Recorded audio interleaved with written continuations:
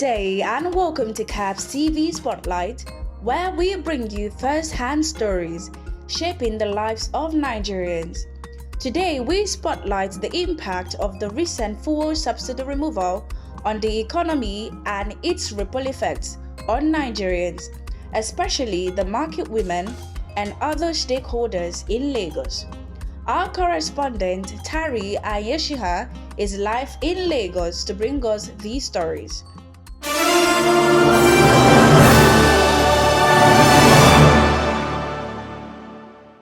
I am here live at Oshodi Market, one of Lagos' busiest markets, to hear directly from those at the heart of Nigeria's economic activity, from rising transportation costs to skyrocketing food prices. The removal of fuel subsidy has deeply affected everyone, especially market women who are the backbone of daily trade. Let's hear what they have to say.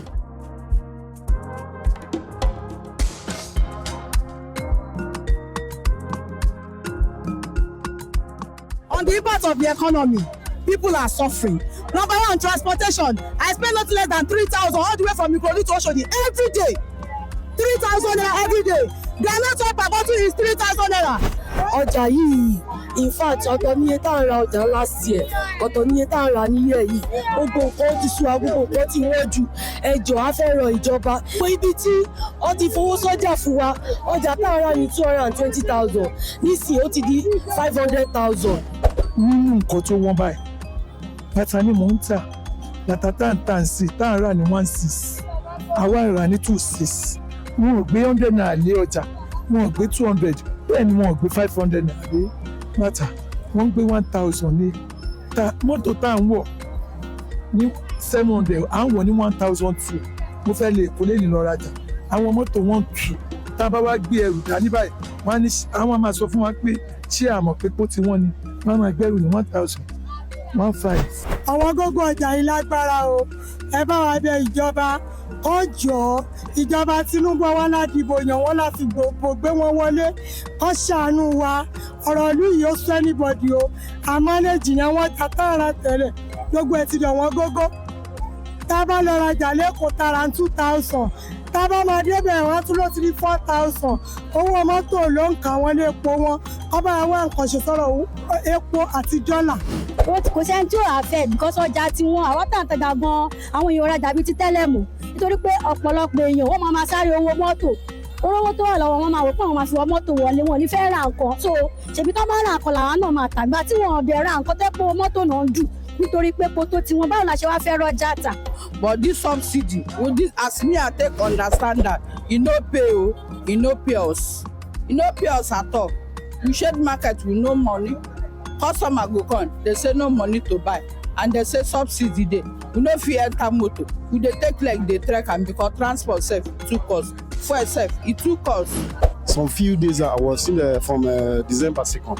They started added 50 naira charges from every 10,000 naira transaction, which is making it very difficult to make it now. It was this POS. It was for an average Nigeria at least to hustle and make ends meet. Imagine now if you're hustling and people they don't want to pay because you can't afford to add charges for people. So they are making life very difficult for the masses now. And I've been in this Oshodi for let's say for past 10 years. And what you are saying, according to like the way I understand things going now, I feel that our things are very, very expensive. Like it's not even expensive, it's times 3-4 of what we are buying like from last 2 years upward. So we are now pleading from the government that if is there anything they can do just to bring the prices of business down. Like business is so terrible, people are coming but they are not buying because the goods is so expensive and money is not flowing.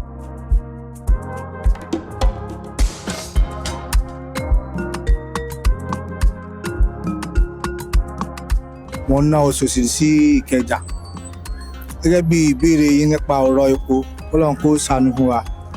Epo yẹn oríṣiríṣi kan ló affect. Epo sì ń lọ sókè. Owó tá ń pa epo ní tó pọ̀ jù epo la fi ń rà. Epo la fi ń rà. So àwọn pásíńjà gan agílà wọn náà fi ń wọ mọ́tò wa. So epo yẹn affect nǹkan tó pọ̀ gan. Káwọn ìjọba wa jọ kán máa wà kan sọ̀rọ̀ epo yẹn. So kí Nàìjíríà kò lè bá tu mẹ̀kúnnù àti aráàlú lára. Very, very tough. Look at about the food and the transport and we paying today. It's not easy for us. Just look at it now from Ajah to this place. They collect no less than 2,000. Going back now is 2,500. We are paying. We buy oil at 3,000 now for just one bottle, compared to 900, 1,000 2 years ago. It has affected everything. It has affected our lives. It has affected family life. A lot of families are divorced because of yes. Kíjọba kó ṣàánú wa torí Ọlọ́run. Ó ṣíjú àánú wò wá. Epo wọn, rice wọn, last year kò rí báyìí, last 3 years kò rí báyìí. Gbogbo ẹ̀fẹ́ kò ṣe wọ́n wọ́n affect gbogbo business. Rice 1,500, kótí ẹja kan 4,500, titus ẹyọ kan 3,500. Sincerely speaking, it's really affecting the businesses everywhere. But I hope things will get better soon. Whatever is going to be good in life has to be like this, because I believe there is always a reason for everything. The reason why we are all experiencing all this hardship is for we to be able to enjoy at the end of the day. So I think things will get better soon.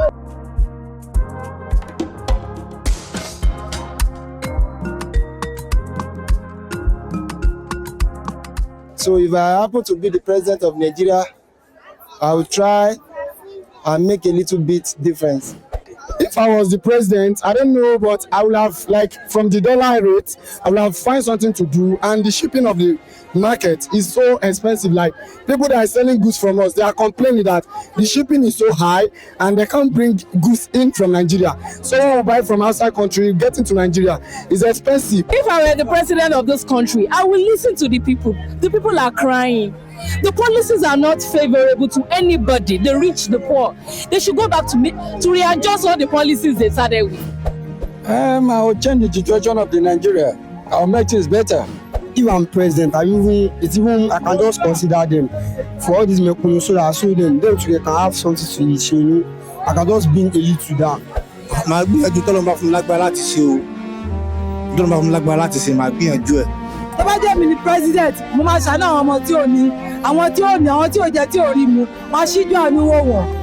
Ṣé ẹ ti ẹ̀rí tẹ́mi tó bá dé mi ò gẹ́gẹ́ bí obìnrin tó gẹ́gẹ́ bí obìnrin Nàìjíríà, ọmọ Nàìjíríà rere tọ́lọ́run dá.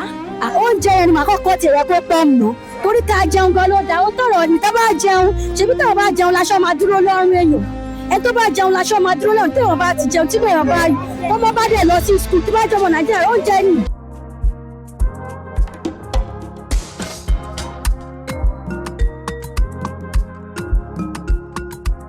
So to compare last year Christmas and this year, it was not something that just people.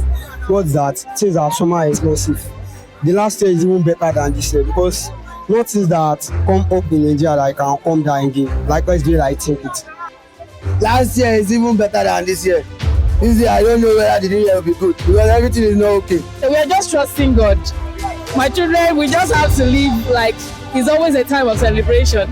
So whatever means, whichever which way, we just have to do the Christmas. Christmas last year, ó dàbí Christmas yìí lọ o.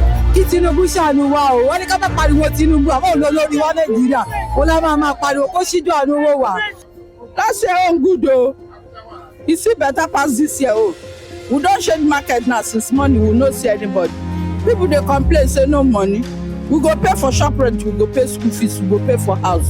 Last year Christmas, all my siblings, their children, they came to visit me, but this Christmas I'm not entertaining anybody. Just me, my husband, and my children.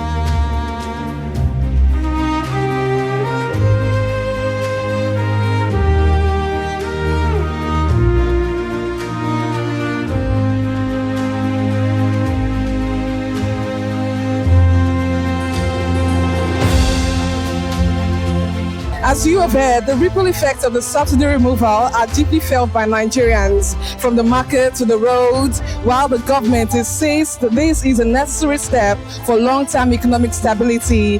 The immediate impact calls for urgent solutions.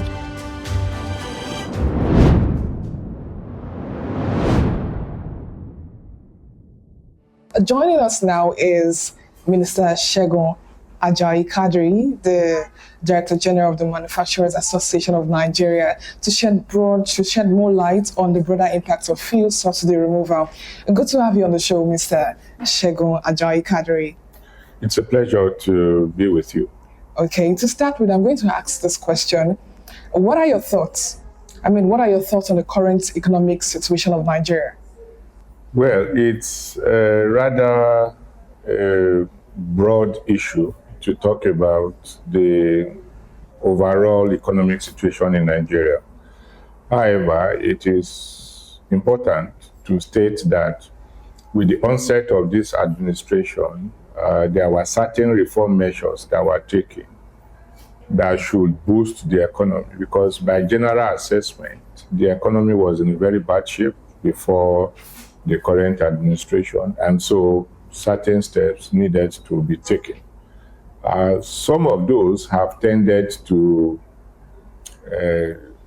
make things a little bit more difficult, particularly for businesses. For instance, the three major reforms in terms of foreign exchange, in terms of the interest rate and removal of fuel subsidy has impacted the economy in dimensions that were unimagined. And so the fallout has been that there has been depression in terms of productivity. We've also noticed a rapid increase in cost of living. Insecurity is also yet to abate. We have seen manufacturing businesses take a lot of impact in terms of foreign exchange exposure. So generally speaking, the economy has performed below expectations, and expectations are high that those remedial actions that are being taken by government to ameliorate the impact of the reforms and also to ginger the economy for growth is yet to achieve the desired objectives. Yeah. Okay. So what would you suggest as the immediate solutions to this economic situation on ground? Okay, so there are quite a number, and I believe the best way to go about it is to isolate the challenges and then to see what could be done. For instance, in the issue of removal of fuel subsidy, I think there are quite a number of measures which the government itself has recognized but needed to put speed to action in implementation. That's providing alternative sources of transportation, that is ramping up on the use of CNG vehicles and providing mass transit. Also at the same time giving effective support to local sourcing of petroleum products. All the challenges that the Dangote industry is having Dangote refinery is having should just be completely removed, so that we are able to see continuous flow and lower prices. Happily, we can see the impact since the Naira for crude policy has been implemented, and the independent marketers need to be brought fully on board in being able to source from Dangote, and Dangote should not also be denied of crude supply from the country. We also needed to see that the energy cost that has led to many industries bleeding under such an oppressive price regime should be reduced. Government should intentionally invest in alternative sources of energy and promote and facilitate private sector involvement in those. We've also seen situations where the exposure of the private sector to foreign exchange escalation should be intentionally reduced. For instance, there should be a freeze on the rate of calculation of import duty, because it doesn't have to follow the volatility in the exchange rate regime. We should also see a situation where access to credit should be made a lot easier. The continuous increase in interest rate is detrimental to the growth of the manufacturing sector. You can imagine a manufacturer borrowing at 30%, 35%. It's not possible for you to produce and be competitive and to make profit. So there's need for alternative sources of credit for manufacturers, which will mean that you need to recapitalize the BOI. You also need to create special windows. We commend government, however, for the 75 billion naira to manufacturers, which the BOI is excellently delivering. And quite importantly also is the issue of security.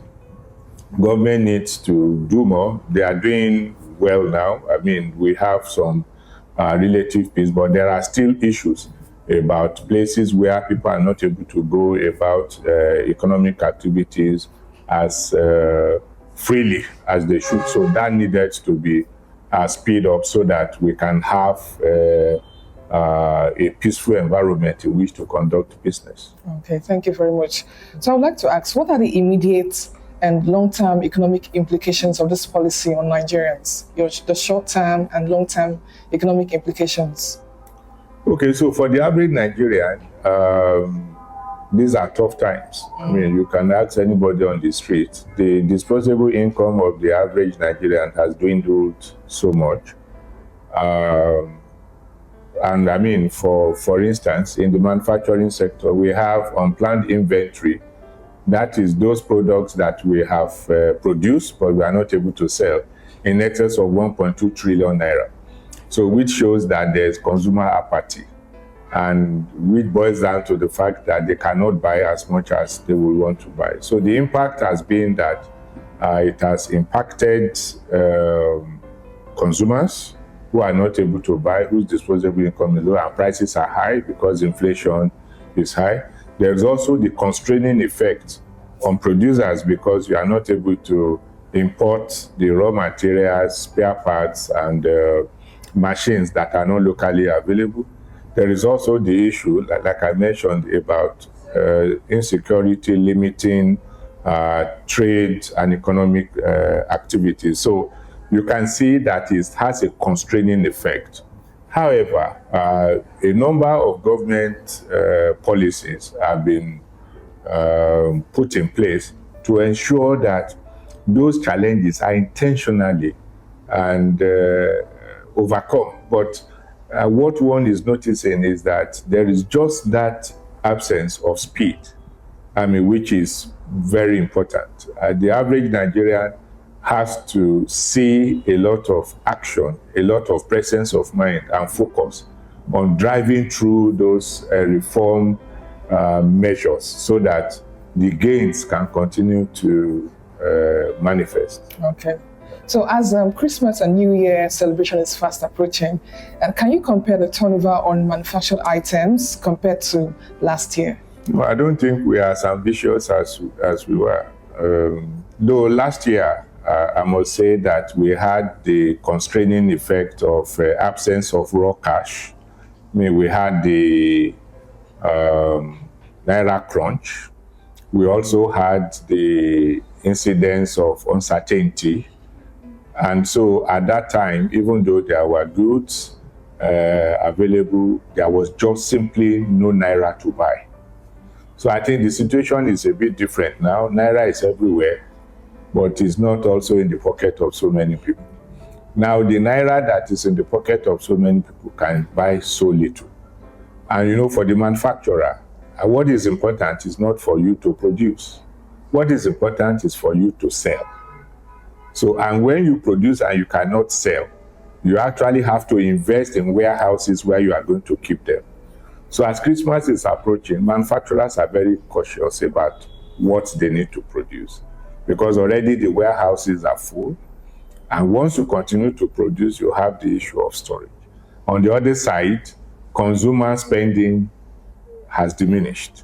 So I think we are looking forward to a Christmas that may not be as buoyant as what we had before, but at least we are hopeful that as government measures start to kick in and the economy is picking up, we'll see more purchases.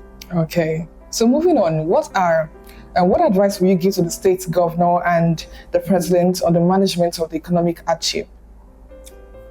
Okay, so there are measures that can be taken to assure the people that government cares. And that has to start with government itself. The costs of governance must come down. I believe that the state governors and the presidency will see that the citizenry are in no mood for bloated government expenditure. So government should cut down on its expenses, I mean, which will demonstrate that there is a buy-in from government and the citizen. At the same time also, we also need to ensure that the issues of taxes and levies that further depletes the earnings of businesses and individuals are addressed. For instance, the 4 bills that are before the National Assembly that is suffering quite unnecessary distractions, I must say, should be put out of the way. And since we have spoken about the state should also support the federal government so that we have a speedy passage of these bills and they kick in even in the first quarter of 2025. We need to have the advantage of having an economy that is just, that cares for the people, and that everyone is included in the growth pathways that we seek.